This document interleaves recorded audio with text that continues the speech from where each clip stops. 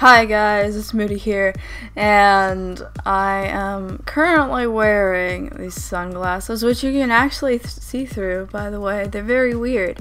And cat ears. I bought these cat ears on the internet a while back, and people are like, those are adorable, and I'm like, I know, they're pink cat ears, and they've got little bows on them too. And I also kind of cut my hair. I gave myself like more layers and stuff, so bam.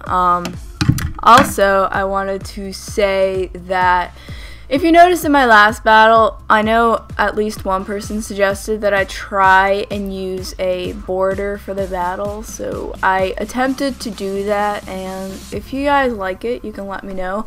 And I'll keep using the border thing, because I honestly do think it looks kind of better than what I had going before, where I just like enlarged it to the whole screen size and stuff, so yeah.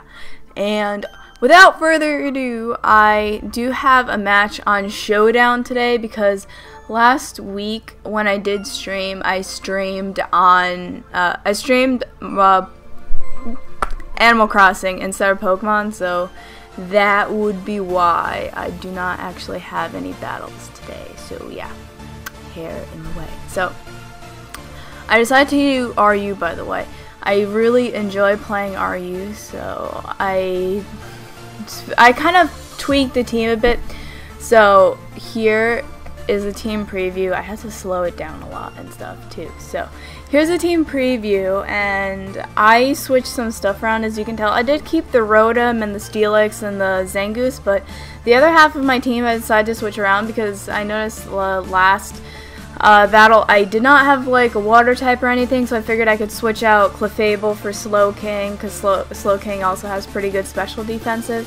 And then I decided to switch out Moltres for Entei, and I thought maybe that could work out better, and then I just threw in Durant there just to try it out. So these are the Pokemon I have. I figured he was going to lead off with Sandslash. I felt like he was going to set up Stealth Rock, and I'm going to set up Stealth Rock, but I know he's going to Rapid Spin.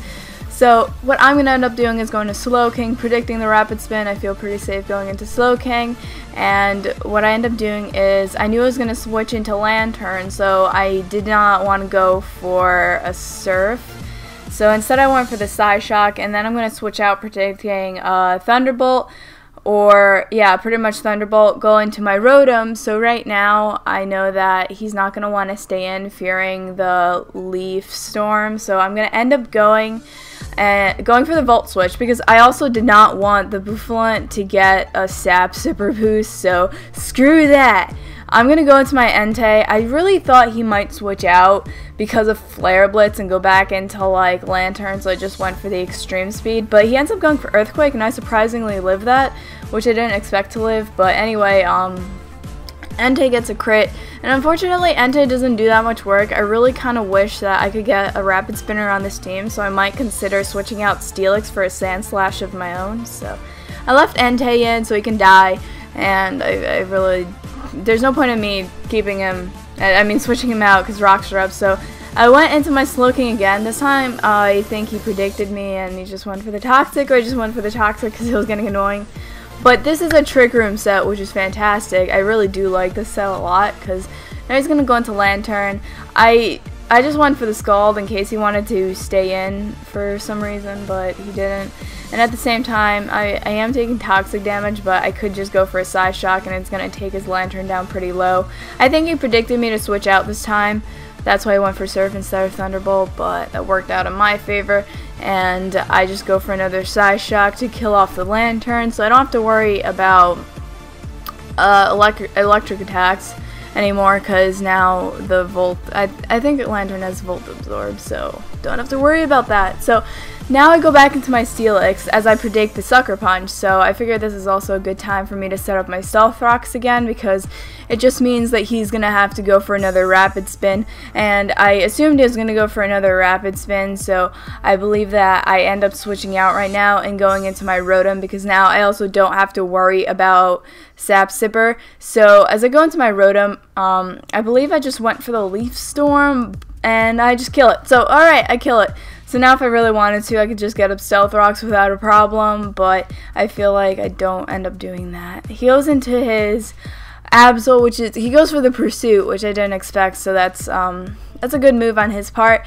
And I go into my Steelix now knowing that I pretty much resist all his attacks, and I'd be able to live, like, pretty much everything or anything he throws at me because I'm defensive. So he goes into his Quillfish. I predicted that, so I went for an Earthquake, and he goes for the Waterfall, and he gets a flinch, which sucks because I would have just been able to kill him off right now with another Earthquake, but that does not end up happening. So what I end up doing is going back into Slowking. I feel like I don't want to make Steelix die yet because he still has Absol, and it's pretty useful against Absol so far, so I'm hoping that Slowking is able to take him out as long as he lives another Surf, and a Waterfall, and I don't get a flinch, which I luckily don't.